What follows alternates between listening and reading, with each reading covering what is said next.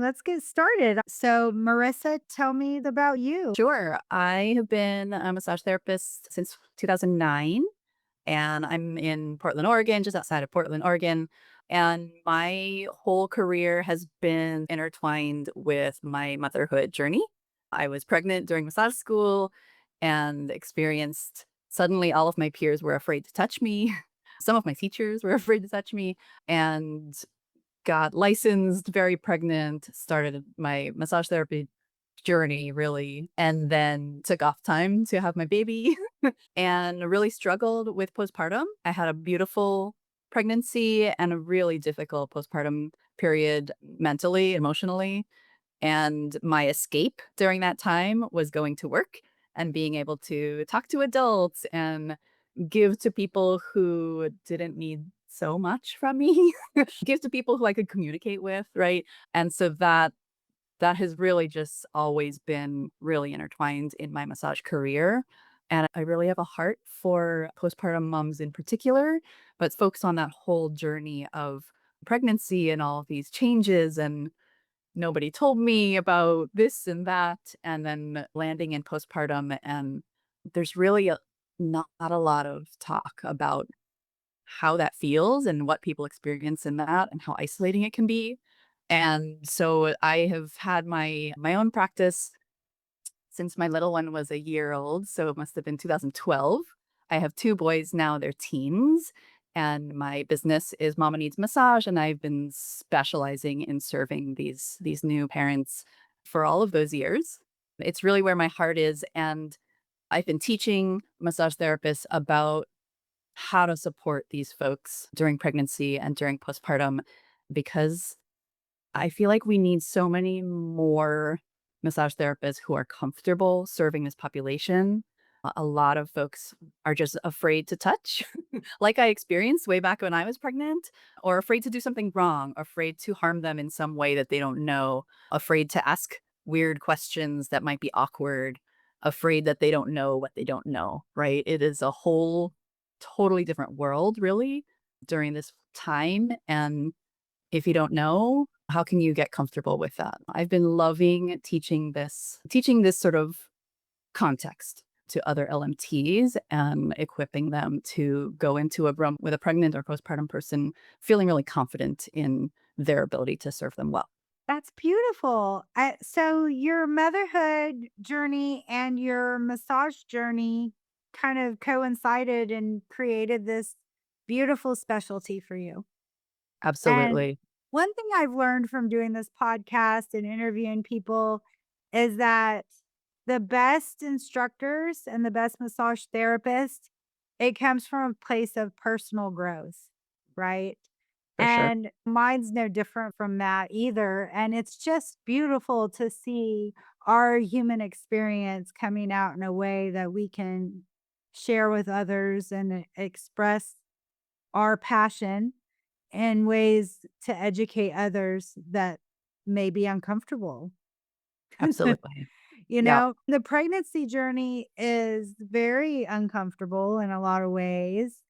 And I think you touched upon this in your introduction, and I believe that it's a problem for most clients is the communication behind how to express what you're feeling to your therapist in Absolutely. words. And sometimes we just don't have the ability to be able to explain exactly what our body is doing for us or to us or Absolutely. oh, And this phase that many people have never experienced, right? This might be a first time through.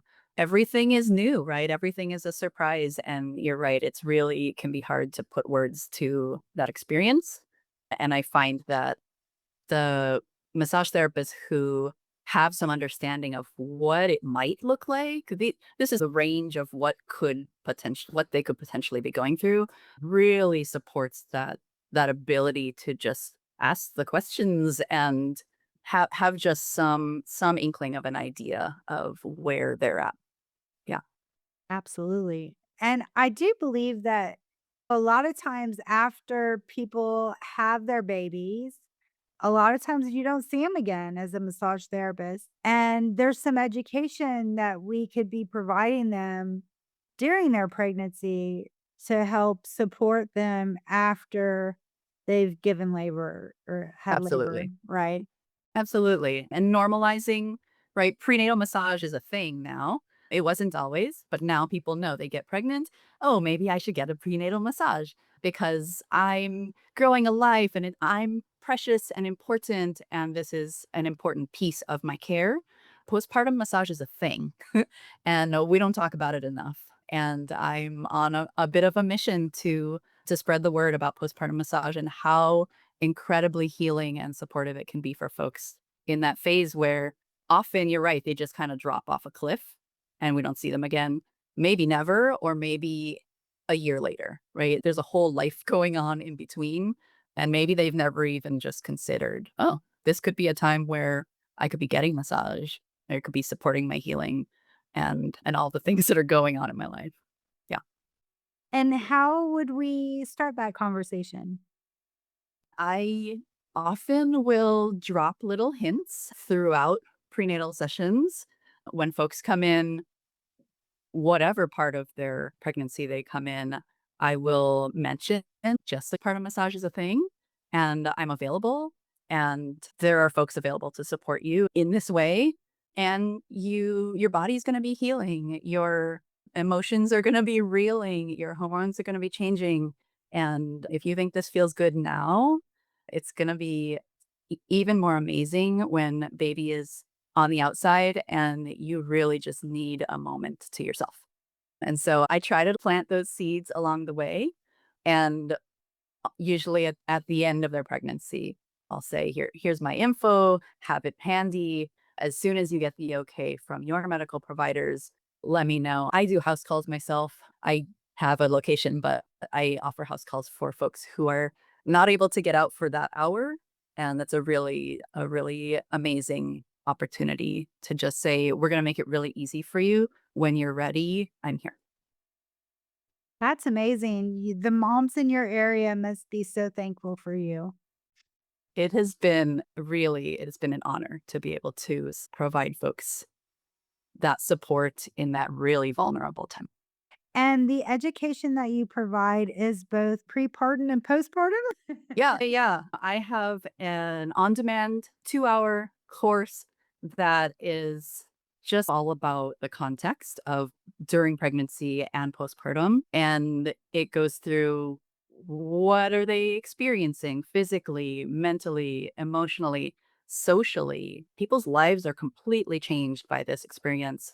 And there are so many ways that we can adapt our work to support that in on those very different layers. And then I have a newer course that I'm teaching this week later in Portland that is in person. And it's a bit lengthier and there's a hands-on piece as well. And that's really fun because often massage therapists' biggest questions are like, but how do I do the draping for side lying? That's people's biggest questions about prenatal. And it's so much more involved than that.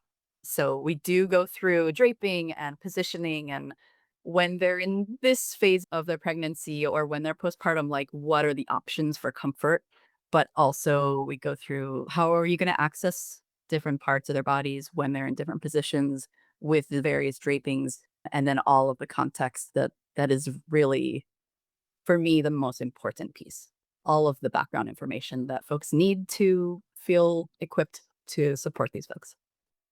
Now, does your prenatal massage course require people to have a prenatal pillow system? No, I actually try to keep it as simple as possible. I use 3 standard pillows, like head pillows, and I just keep them in my office at all times, and it works really well and it's really easy, and most people, when they're pregnant or even postpartum, that's how they sleep anyway. They just set up all of the pillows around them, and so when folks come in and I say, "I'm gonna have you side lying," and this is a layout, they're like, "Yeah, obviously, that's what I do anyway." So it makes it easy for clients to get on board with, and it's not an expensive equipment to purchase. And Marissa, What is your opinion on massaging people in the first trimester? I know that's kind of a hot topic out there, and there's a lot of Absolutely. laws that don't allow us to massage people in that first trimester. Yeah, I'm not sure what Texas board rules are like. In Oregon, it's allowed, and yet there are still massage businesses around that I know don't allow their therapists to work in the first trimester. I think a lot of prenatal work is really fear based. And honestly, the first trimester is just in general the most risky time of a pregnancy. And the risk of touching a person while they're in that phase of time can sound scary, but massage is supportive anyway. And I think the fact that massage can support them with whatever they're going through outweighs the risk of just being associated with, being in the room with a pregnant person who's in their first trimester. It's really the impetus behind my classes teaching folks how to be confident with pregnant folks, right? If you step in there with confidence that you're doing no harm, then I think that the quality of massage that you can offer far outweighs the fear of hurting them. It's not a matter of massage hurting people in the first trimester. That's not the issue. The issue is that the first trimester is just the most vulnerable for folks. So, in your class, do you support and do you offer massages for people in the first trimester? Absolutely. Yeah. And Good. I think that people should be knowledgeable about what they're getting into. Yeah. So positioning might be different. How they work on the body, particularly the low back and the hips is going to be different for sure. They want to be really clear that they're not doing any harm and communicating, of course, is number one. But yeah, I don't turn people away from working on people in their first trimester just because of fear. So, if a regular client that you've been seeing for a while happens to become pregnant and comes Mhm. in early on in their massage appointment, the massage therapist would be better tooled and better suited to be able to work on that person having taken your class. Absolutely. Taking any class, I think just having that knowledge, I think that's the experience for a lot of massage therapists, right? They have their regulars coming in, and then one day, it's, oh, what do you mean you're suddenly pregnant? I don't know if I can do this suddenly. And so just it happens. And having some learning around what that means for that person's body and mind and everything, they're the same person. And wouldn't it be nice to be able to say, let me adjust my plan for today and we'll get into it because you still need support. Yeah. Fantastic. Now, pregnancy can be very emotional, not just because of the hormones, but because there might be a history of miscarriages, there might be difficulties getting pregnant, and all of that around that subject. Does your education provide some support around that as well? Absolutely. I think that massage is has these biopsychosocial effects, right? We're layered anyway. What we're offering is so layered anyway. And it just so happens that this population is going through things on all of those layers and many more, right? Their body's changing, but their mental and emotional states, like you said, there's so many things factored into getting pregnant or being pregnant or staying pregnant or anticipating a birth or having had a baby. And I really lean into what I think our superpowers are anyway. It's listening, it's being non judgmental, it's not giving advice when it's not asked for, right? It's holding space for them to be whoever they are, whatever they're bringing into the room. I think that those are the soft skills that make LMTs so effective anyway in healing. And in this special population, I really think that we just need to lean into that. And it really helps to have some idea of what kind of context they're in. Yeah, I agree with that. Often I teach marketing for the local massage Yeah. school. And oftentimes I talk to them about the number one complaint that most massage goers have is Mm. that they didn't feel heard or listened to. And I think this particular audience would really be served best by taking the time to listen to them and writing down their concerns and actually thinking about how best to help them through their concerns. Okay, I have a question in here. Where is it? It's coming. How would you respond to a client that is concerned about massage being more risky for them in the first Mhm. trimester and they're not comfortable with it? I think that we have a lot of jobs in the massage room. We can be an educator, right? We can give factual, reliable information. We can be a supporter and a validator. Those concerns are real. And the stories that you've heard, that's all valid, but we are not convincers. I'm never going to push a client into getting a massage when they're not comfortable or they're not 100% sure that they are ready for it. And so my response to them would be, look, don't come in today if you're not feeling ready. Talk to your doctor or talk to your midwife or talk to whoever it is that is in your world that's supporting you in this and get some real good information and come in when you're ready. Because I am 0% interested in supporting someone who is not even sure they want to be there. Yeah, Yeah, I agree with that. I think anybody that comes in, whether they're pregnant or not, if they're concerned about it being unsafe for them, absolutely. I Yeah. totally agree. Reach out to your healthcare professionals, your trusted team, Yep. and assess the risk and come in when you're ready. Absolutely, and it may vary for everyone, right? And they're really the only person who knows, and their team will know best, not me. Yeah. So, Can you kind of explain the difference between what a prenatal massage looks like and a yeah, postnatal massage, what it looks like? absolutely. So, in my hands-on class, we go through the various positions, right? You can have someone prone if they're very early on in their pregnancy. There's no belly, they're still comfortable laying face down.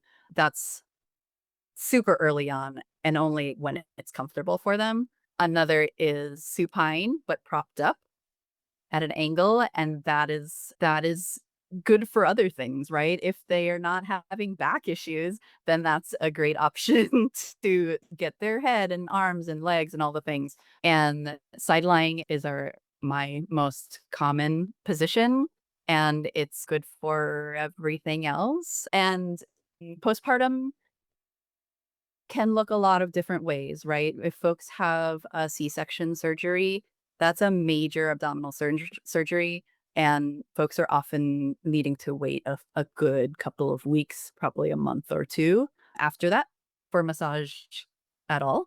But if not, then we just have different concerns, right? So there may be breast soreness, whether or not the person is nursing. Breasts can be really tender.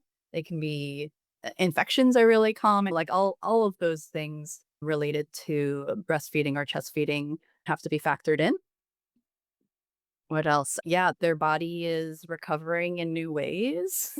And it just having an understanding of what they just went through is really helpful, as well as asking different questions. Are you sleeping at night? Is baby sleeping at night? What muscles are hurting you when you are constantly holding baby, maybe 24 hours, those initial weeks?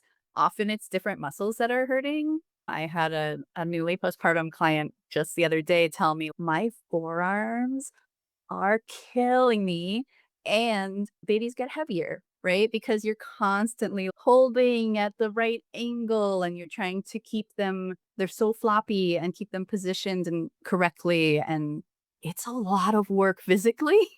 And so there are just different scenarios that people are dealing with. Yeah. Yeah, I know there's been clients that I don't specialize in pre or postnatal Mhm. massage, but I've had a lot of clients come back after they've had a baby and say, "I stayed in this position holding the baby for hours, and now my fill in the blank hurts." Yep, absolutely. It's pretty predictable too. The neck and shoulders, the hanging the head down to watch baby, it's evolutionarily what we need, right? The eye contact and the connection and all of that, and it's killer for the neck. So there are a lot of predictable issues that the postpartum folks bring in, and it varies as well also. It's a really like I mentioned, it can be a really isolating period of time for someone. Maybe they stopped working and suddenly their whole work friend group has gone away, right? They've stopped going out because it's going to be flu season soon, so they don't see their coffee barista all the time. Or your world gets smaller and smaller, whether or not there's a partner or family or friends who are actually physically there. That's a real issue for so many people. And it's related in big part, and there are lots of factors related to perinatal mental health disorders. And they call it the baby blues is just those very first 2 weeks post where it's really natural for hormones and everything to just feel really blue. But after 2 weeks pass, it's attributed to more serious mental health challenges. And that can be lots of different things. And one of the best ways to support someone like that, someone who's going through that, is with listening and non-judgment and holding space for that. Like you said, people really need to be heard. And I think that's a really big piece of supporting someone in a postpartum period. Yeah. We've all heard of postpartum depression, and it's really difficult to know when something's gonna trigger them, an emotional outburst or just maybe calm tears. And it might not even be a trigger, it just might be, "I'm not with my baby right now." Yep. Yep. Um, so I'm sure that you cover all this stuff in your class. We Now talk about it a lot. I'm assuming this class is in person, is that correct? The 6-hour class is in person, yeah, we have a lot of discussion about what's going on during this time for them. We talk about communication and how communicating with this population can be trickier than the general population. We talk about the contraindications specifically to this population and the amazing benefits that pregnant and postpartum folks get out of massage, how to adapt our massages to what they're needing in that moment, and then there's the, like, positioning and draping and hands-on techniques piece that people love. We just get to dive in and, "Okay, what does this really look like?" And, "Oh, it's actually not as tricky as I thought it was," right? Maybe I've heard from a lot of students, "I've built this up in my Mhm. head to be, like, a little bit awkward and scary and annoying," and it's, "Oh, it doesn't have to be that hard. It's just keeping them comfortable and safe while I get to access the parts that I wanna access." So, yeah. That's awesome. Well, maybe if we get a lot of response from this podcast and there's a lot of people interested, we could bring you to my facility in Richardson, just north of That's Dallas. And amazing invitation, thank you. yeah, I hope that this becomes really a popular episode because this subject I think is underrated and underappreciated in our industry. Like you said, prenatal massage is definitely a thing that there's a lot of students that come out of the massage academy that I work with, the Kikino, that really want to specialize in pre and postnatal massage and Yeah, baby care. yeah, Bringing you in would be a definitely a new person to facilitate education in this subject, in this yeah. area, and that's kind of exciting. Awesome, thank Yeah, you. I would be very open to it. I am actually heading to Atlanta, Georgia next month to teach this class, and I'm so excited to share it with folks there. So, awesome. yeah, Awesome. just starting to travel with my classes. Very good. Well, hopefully we can set up something that's not in the middle of August because it is hot here right now. Good point, excellent. We'll plan for a cooler time of year. Yes, very good. What else do you wanna share about your own experience and how it's blossomed into this passion for you? As I said in the very beginning, was surprised by how much I struggled in my postpartum, and then again in my postpartum the second time around, just with the isolation and the sort of social fabric that I had thought I had built falling away. I struggled with postpartum depression both times around. And years later, I found that there is so much support for that, for folks who are going through that, whether it's anxiety or depression or OCD or whatever it looks like, right? There's so much support out there. And I really wish that it would have clicked earlier for me. I went a year of sort of white knuckling this and thinking motherhood is just really hard and overwhelming. And I guess I'm just not up to the task. I went a year thinking that. And I really wish it would have clicked earlier that this is actually not normal. There's help. And if I reach out, I can get help and I can feel better. I finally did reach out and like just having it normalize and validated. Like, this is a real thing that's happening to you. It's not you being not good enough. That was game changing. And Postpartum Support International is an international organization. It's based here in Portland, but it's provides support all over the world for folks who are dealing with this stuff. And there's a local tiny nonprofit in the Portland area, Baby Blues Connection. I've been involved with them as a volunteer since I discovered them, that they existed.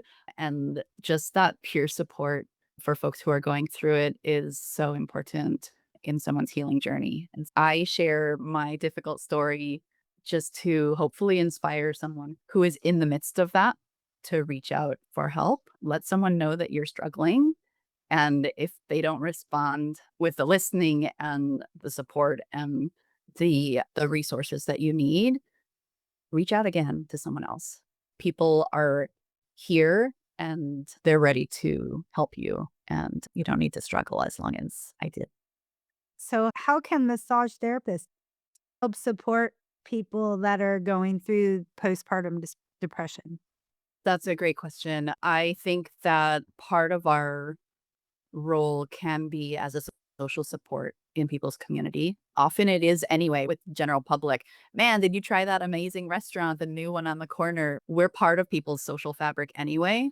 Why not get a few resources on a piece of paper that is specific for the prenatal or postpartum population? And when someone walks in your door, honestly, whether they're struggling or not in this journey, I'm like, look, here are some resources that are amazing. They're vetted. I trust them. And if you need someone, here are some names to call. And I don't have to follow up with them. I don't need to know if they've called. Just planting the seed again. Massage therapists can do that really easily just by having a little bit of information and really connecting with whether it's an international organization like Postpartum Support International or your local organizations. There's this place in town and whatever it might be, they have mommy groups or the library does pregnancy yoga or whatever it might be. If you've got connections and resources, then you can just add that much more value for these clients. Those are incredible marketing opportunities as well. When you get Absolutely. involved with these mom groups or support groups, these are people seeking your help. And if you're in a situation where you have postpartum depression, absolutely fantastic way to help support yourself. But as a massage therapist seeking new clients Mhm. and new opportunities in this way to get involved in, I know there's a moms group here well, I live in Plano, and it's a really active group. Many thousands of moms are in it, and Wow. yeah, the community is very active. I know the person who runs the group, and Mhm. she's amazing. They provide support for all kinds of things, and this is a big discussion point in that group all the time. Um, Absolutely. Yeah. That's actually We spend a little bit of time on that in my classes, the online and the live, because I've had so much success in I realized that this little population was where I wanted to focus, and I was a new mom myself, and I just kinda reached out to organizations like that, like the baby boot camp kind of places, and made connections, and I haven't had to market my business to new moms for years. And that's not a brag. It's just like this really works. When you're in the community, it has really worked for me and it builds trust. And that's just what people are looking for, right?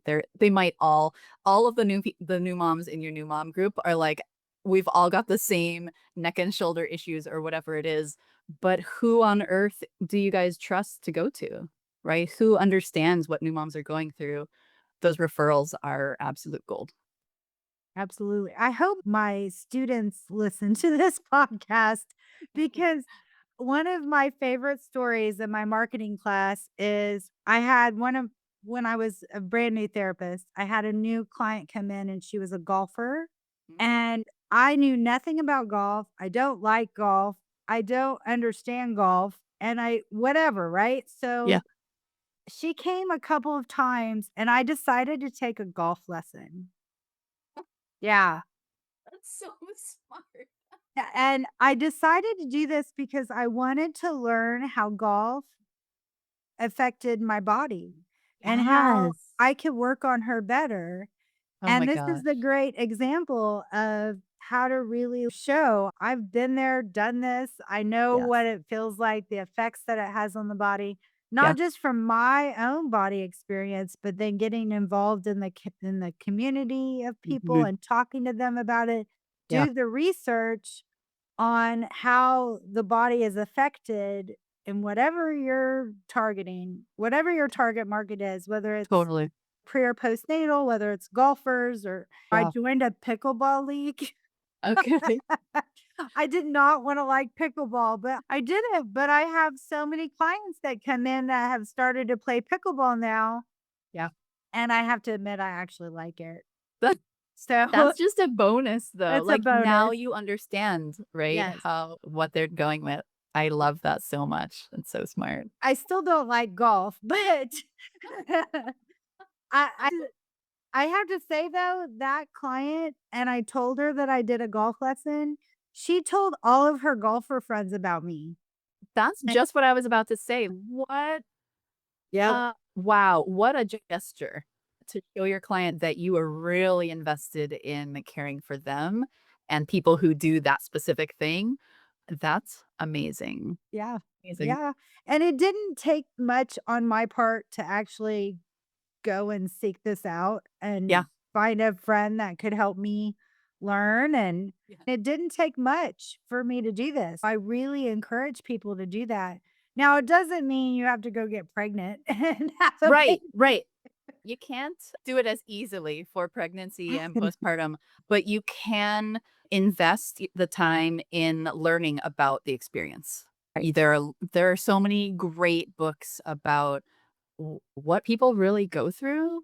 I have a resource list that I can share with your listeners, like top book recommendations on what the experience is really like. So if you don't want to go out and practice getting pregnant to feel it, you can read through like these memoirs are amazing. They just immerse you in so many different different realities of the experience.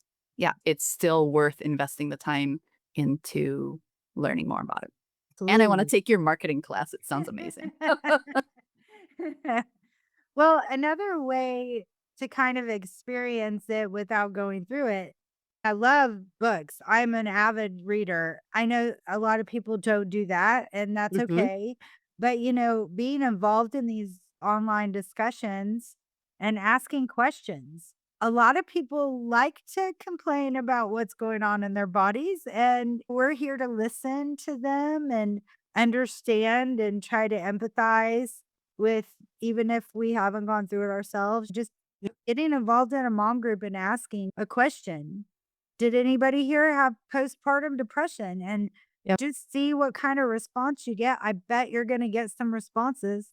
You're gonna hear stories, yeah. About 1 in 5 new moms experience some kind of mental health disorder, and about 1 in 10 dads, and that is also not talked about enough, but it's you get a room full of 10 people together, and you'll hear stories just in that small room. It's really common, and I love your idea of going to where people are and chatting them up. If you're gonna you can offer chair massage for a mom festival or like a new parents festival or a new moms group or something, and just get to know people and what they're going through. It's such a great way to get to know the experience. Yeah. I really like stats, and thank you for sharing the 1 in 5 women and 1 in 10 men. Yeah. And now that you mentioned dads, let's talk about dads. Do you offer services, massage services for dads as well? I do. I don't get a whole lot, but I do. It's often moms will come in and then they'll say, after a few sessions, would you work on my partner? And I'm always happy to. Dads really need it as well. They're going through physical changes, the mental and emotional changes, the social changes, just in different ways. And I'm happy to work on dads. I also work on grandmas sometimes. Being a parent or being a mother never ends, right? That sort of caregiver role just goes on forever. Yeah, there are partner specific support groups and resources available as well. And in the Portland area, there are a few dad focused therapists and support groups and programs that I know of that acknowledge dads need to talk too, and a lot of us are going through the same kinds of issues, and let's normalize it and support each other. Yeah, it's another really important topic. I love that. I love Yeah. that. I think it is too. Do you ever work on babies? Or where is the baby when you're working on mom? I don't work on babies. That's not my jam. And there are a ton of people who love to teach infant massage and work with babies, and I allow them to have the snuggly fun. If folks come into my office, they will generally come without baby.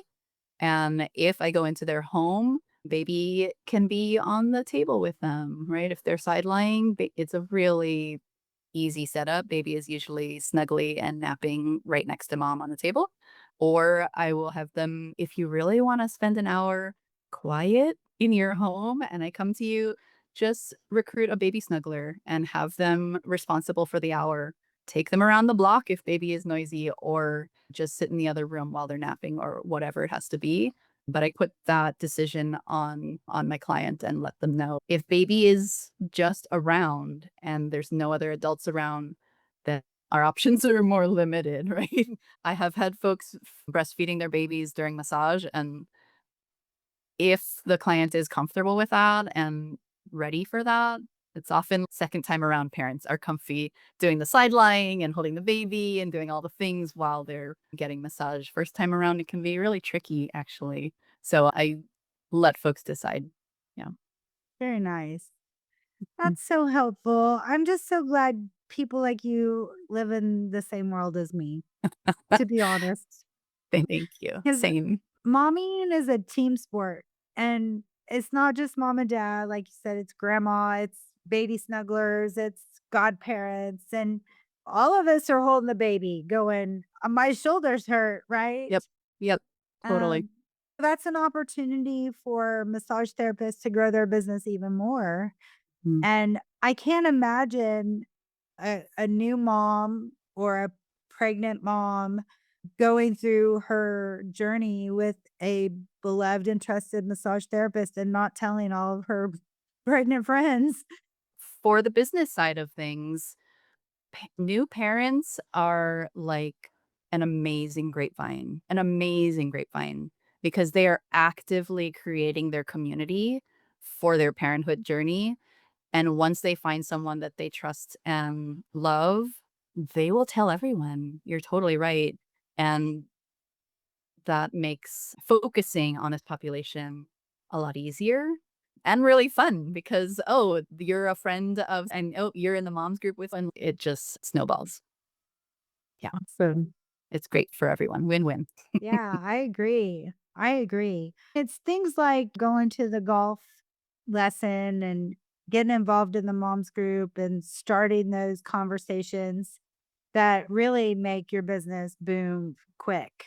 The Absolutely. the referral grapevine is incredible, and I do believe that with the mommy community or the Mm, pregnant community, it's even more helpful. Women for many decades have been referring each other and helping each other out, for sure. and I think it's just gotten even more important as we've grown in succession with technology and Right. the things that we have at our fingertips makes it even easier to do that. Absolutely. We're farther apart, but online we are so enmeshed, right? Yeah, And sharing a link from a provider that you trust is so much easier these days. Yeah, and it can spread like wildfire. I don't know if that's maybe not the appropriate term at this time of hot summer, but yeah. yes, I get what you're saying. Do you ever work with doctors and they refer people to you? That's a great question. It's something that I've played with over the years, and I just never really reached out to doctors' offices. I know that a lot of my folks go to the same clinics and see the same people in town, but I haven't really gone in that direction for referrals. I do have connections and have done a ton of networking over the years with other kinds of businesses, usually small businesses that serve moms and new families. So, acupuncturists and doulas and midwives around town and the baby boot camps kind of programs that I mentioned. I've networked a lot with those and built relationships and built friendships, and I will pretty regularly get referrals from them, or a lactation consultant pretty regularly hear from them. I sent someone over to you and they need you. I just got a handful from a pelvic physical therapist, someone who works with pelvic floor work. And I love it because they know what I do and they know who to send to me. And I love having those kinds of professionals in my network because I can send folks their way as well. That's amazing. One of the things that, again, we talk about in the marketing class is reaching out to other healthcare facilities that are similar to your target market that serve your target Yep. market. Yep. And it sounds like your business doesn't really need a lot of help when it comes to referrals. But I think if people are growing their prenatal or postnatal business, that might be a good way to open the door to get referrals. Maybe introduce yourself to the receptionist, leave a few cards, do that on a regular. Sometimes I create what in marketing terms it's called creating a pull in the market, which you ask your client or your patient to actually, "Hey, I've stopped by your doctor's office a few times and left a few cards. Yeah. You might mention that you've been coming to me and getting great results and really trying to get some referrals from I love him," that. you know, Yeah. I him or love it. her. Yeah, I getting to know sort of tangential providers has been another of the biggest ways that my marketing has really taken off.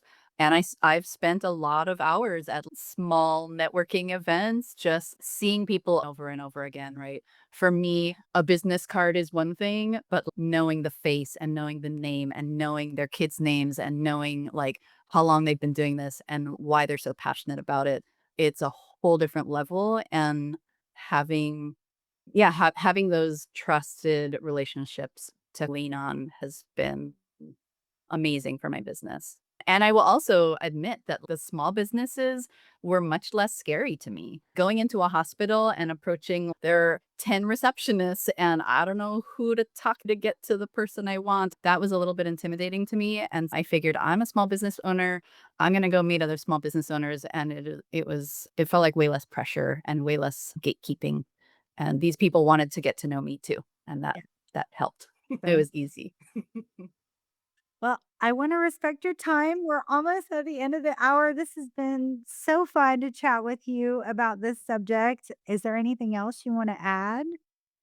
I am just so grateful for you and your platform to help talk about these things that are really important to me. And to get other massage therapists thinking about what it would take to really support these clients well. Yeah, thank you so much for your time and your attention and sharing me with your folks. It is my pleasure. Thank you, Marissa, so much for sharing your knowledge and passion and empathy with my audience. I love Absolutely. this. So good to meet you.